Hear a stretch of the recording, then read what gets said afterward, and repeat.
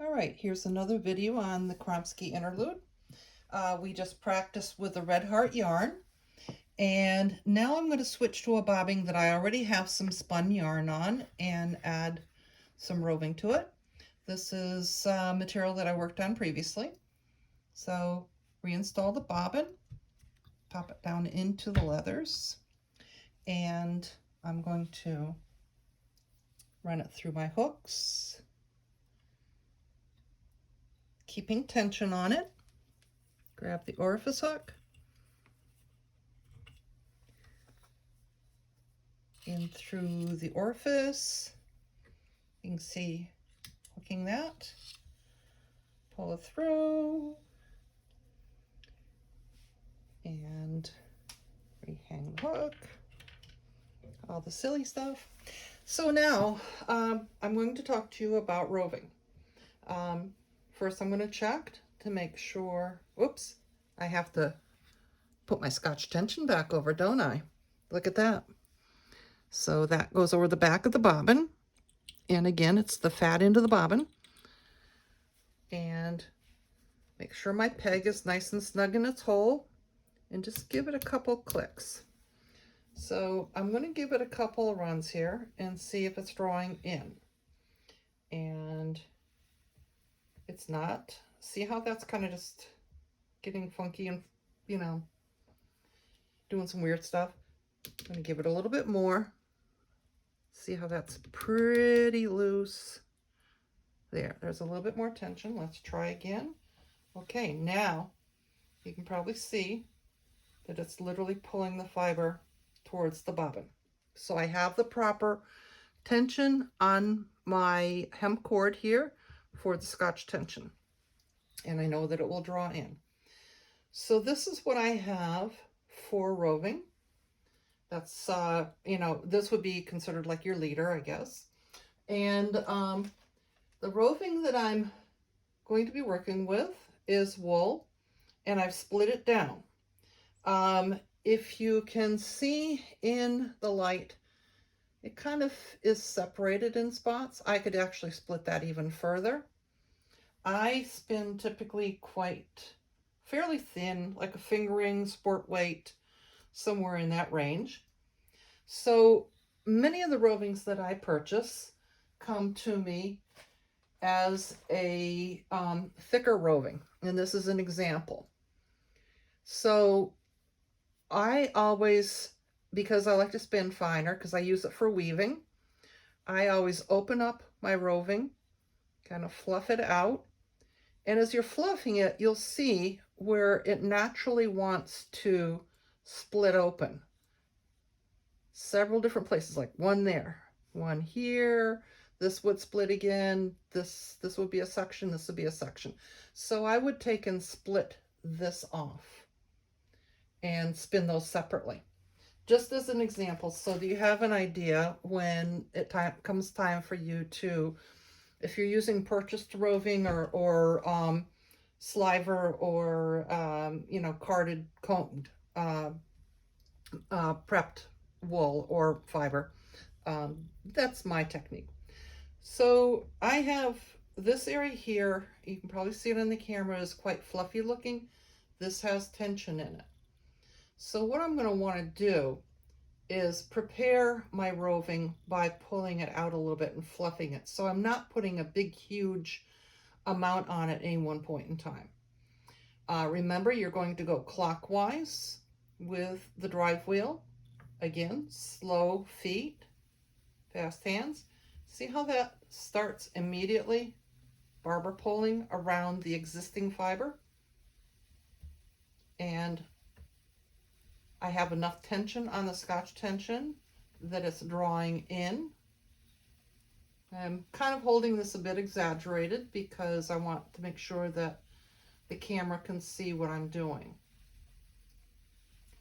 Just a light forward draw with my fingers, light pressure with my thumb.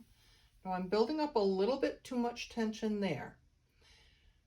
One way to tell approximately what the diameter of your yarn is going to be is if you're plying two of exact bobbins together, is to allow it to do this. You can check the size of yarn periodically.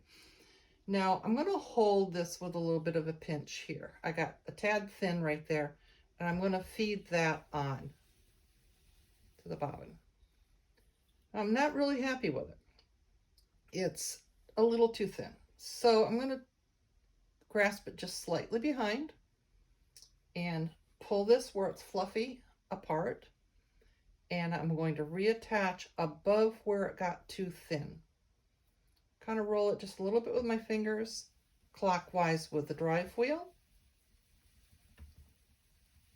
Slow feet. Okay.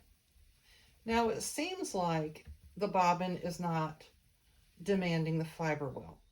So that may mean that my Scotch tension is just a little too slack. The knob may have moved out a little bit, so I'll check that first. And then I'm going to put one click. Ah, what a difference. It's pulling in. Nice and smooth. Clockwise motion on the drive wheel. I'm not getting any knocking noises out of my bobbin because the maidens are properly aligned. The drive wheel is properly aligned. But I'm still thinking maybe I didn't get quite enough tension. So just a tiny click. Just a tiny turn. And I'm going to allow some of that built up tension to come back into my roving. All right. But now I'm going to let the bobbin have it. And we'll start fresh. Okay, now I have some nice, I think I could use just a tad more. This is a new hemp cord, and they do sometimes stretch. It hasn't been used, but just for the demonstration of the previous video with a red heart yarn on it. So it may have stretched just a little bit. I'm going to give it just a tad more. That feels better. So now slow feet, fast hands, a nice steady forward motion, a slight pinch with this thumb to control the twist from getting too far back into my supply fiber. Soft hand here. And you'll notice as I'm spinning that the fiber is fairly loose looking here, where it's nice and tense here.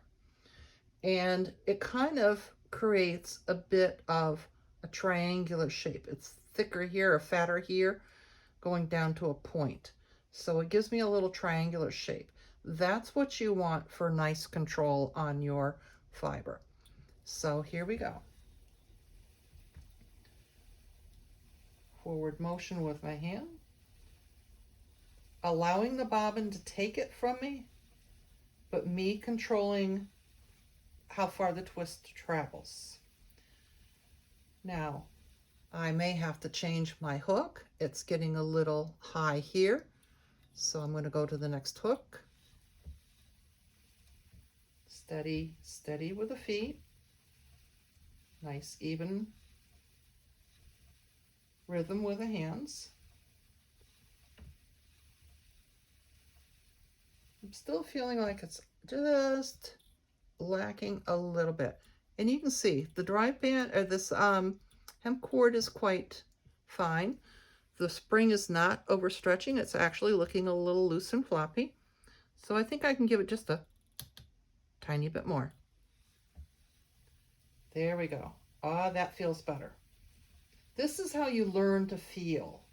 As a matter of fact, you'll get to the point as a spinner that many times you won't even have to look at your fiber to know what it's doing, because you'll feel it through your hands. You'll feel how it's reacting. It will either feel kinky to you, or it'll feel like it wants to yank out of your hand. You shouldn't have any of those feelings. It should just be a nice, even, regular motion. I think my hemp dry band, or my hemp Scotch tension cord is still lacking a little bit. And you notice the spring is still not even stretched. There, that feels better. Okay. Now, if I treadle too fast, let's see, let me treadle a little fast. I'm going to build up too much tension here, and then it's not gonna want to travel through the orifice past these hooks and onto the bobbin, because the bobbin just cannot demand it enough because it's building up too much twist here. So how do I fix that problem? See how it's nice, loose, and fluffy here? Now watch when I pinch on my supply fiber and I let that go. See all that tension that the flyer has built up into this yarn? It just flew back. So now I'm going to pull back a little bit, thin that out, pinch, and a little bit more go. Now I've got most of my tension dissipated. Make sure you keep, don't let this go slack or it can literally fall apart on you here. And let that feed right onto the bobbin. Practice, practice, practice, and more practice. You'll find your way with your fiber. You'll find your own techniques. I have my specific ways that I do things that just works for me mechanically. But again, remember, soft hands, just kind of guide that fiber. I have a tendency to, because I have issues with my thumb, I have a tendency just to kind of hold it here, but I also guide it here. And I use these fingers to put pressure up and down. Watch for a moment. See how I kind of flex those fingers and let the fiber. It's almost like a knitter's thing, tensioning thing that I do, I guess. So anyhow, practice this. If you get frustrated, get up, walk away, come back, look at it through fresh eyes.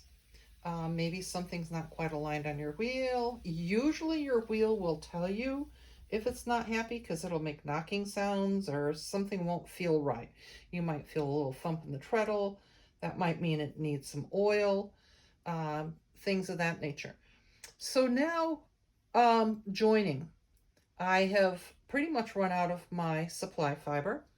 I like to join ahead a little bit. So I'm going to take that fine amount from the next batch and I'm going to pull them back so that they blend together. There we go, just like that. It makes a nice even join. Sometimes you need to stop and fix a spot. This was kind of a little rough looking, so I can stop and fix that.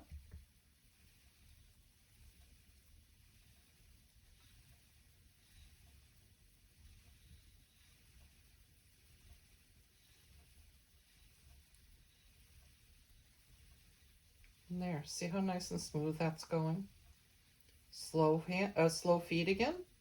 I just got a little bit just right there. It's a little bit of a bump.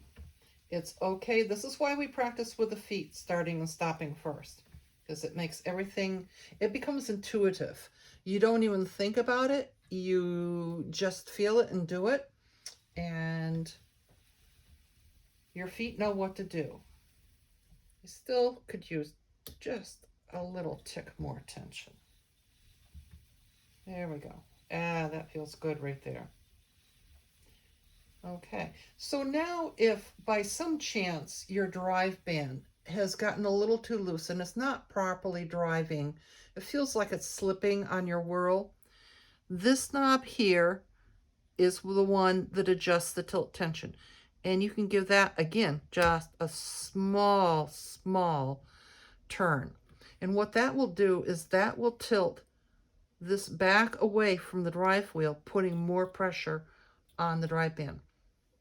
It really doesn't require a lot. And this drive band has been behaving quite nicely. Now, as your drive band ages, you may find that occasionally you have to add a little bit more to it, but most of the time you won't even have to touch that.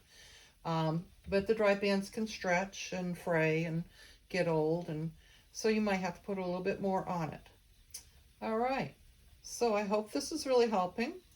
And this is your next step in your journey is spinning singles. Now, once you get 2 bobbins or 3 bobbins full of singles spun, what you're going to do is you're going to put them on your lazy Kate full and an empty bobbin on your flyer, and you're going to spin from those bobbins, those 2 bobbins, to your orifice onto your empty bobbin. Just a little something to get ahead and give you something more to think about. So here you go. Nice even motion forward. Make sure you're keeping that drafting triangle. See that nice little triangle there? Keep that fiber flowing. Soft hand over here, just holding it enough to control it. Occasionally, if your prep is a little rough, this is very nicely prepped fiber, you might have to actually grip here a little bit and pull back to, if you got a, like gobs or neps, noils, that sort of thing. Okay, well, I hope this helps you, and happy spinning.